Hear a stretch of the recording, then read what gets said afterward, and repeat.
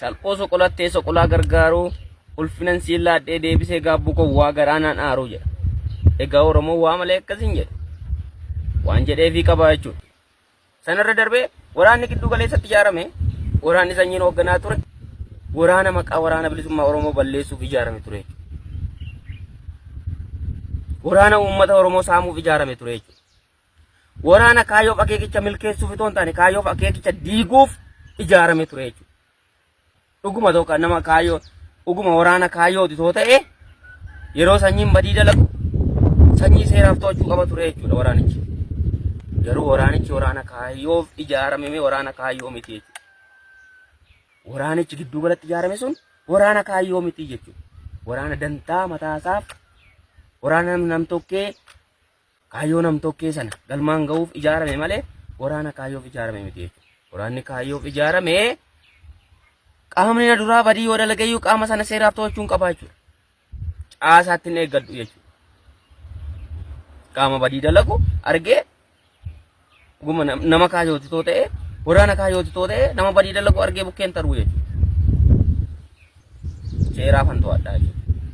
Yoon seeraaf to'achuu baadhee hoo nama kaayyoof akeekarra jiruutti makameetan qabsoo gaggeessaa jechuudha.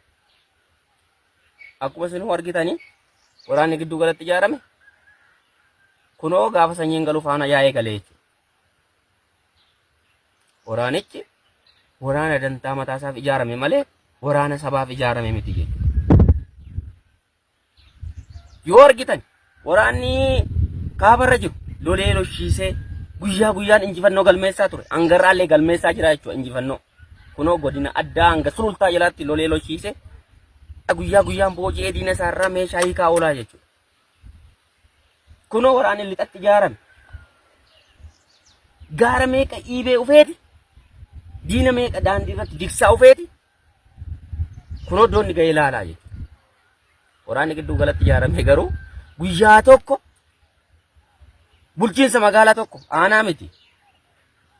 Bulchiinsa magaalaa tokko loleera aanaan jedhaan natti hima. Waraanichi waraana sabaaf ijaarame miti isiniin jedhe. Waraana maqaa waraana bilisummaa Oromoo balleessuuf ijaaramee fi waraana dantaa mataa isaa tottolfachuuf ijaaramedha malee. Ummatichi isinitti maa jechuudha waa'ee waraana gidduu galaa otoo deemtanii ummaticha gaafattani. Waraanni gidduu galaa maal akka ta'e ummanni gidduu galaa isinitti maa jechuudha. Ummatni waraanichi keessa ture isinitti maa jechuudha. Akka isaanitti dubartii Oromoo gudeedaa turan akka isaanitti maqaa waraana bilisummaa Oromoo balleessaa turan ummanni gidduu galaa isinitti maa jechuudha. Ummanni waraanichi keessa ture jechuudha.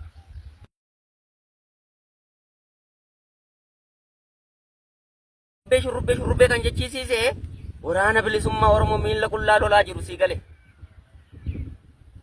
Maqaa shurrubbee ummata Oromoo fi mootummaa kana bukkeetti kan waamsise waraana bilisummaa Oromoo miila qullaa deemee beela'ee eebotee cinaa'ee injiraana'ee kaayyicha galmaan ga'uuf tattaafatutu shurrubbeen akka alattee dachee kanarra jirtu beeksisee jechuudha Oromoo bukkeetti. Waraanni bilisummaa Oromoo shurrubbeetti maqaa hore sun har'allee dirree maqabsoorra jira jechuudha. Har'allee akkuma kaleessaa diina gacciraa jira jechuudha. Har'allee akkuma kaleessaa diina booji'aa jira jechuudha. Har'allee akkuma kaleessaa kaayyoo sana tarkaanfachiisuuf lubbuusaa tokkitti wareegaa jira jechuudha. Waraanni shurrubbeetti maqaa hore sun har'allee dirree maqabsoorra jira jechuudha. Yookaan shurrubbeen kan inni beekame waraanuma bilisummaa Oromoo kaayyoo akeekichaa jecha manaa bahee lubbuusaa tokkitti kitimaa jiru sanatu shurrubbee jechisiise. Har'allee waraanichi hin gallee dirree maqabsoorraa qabsoo gaggeessaa jira jechuudha.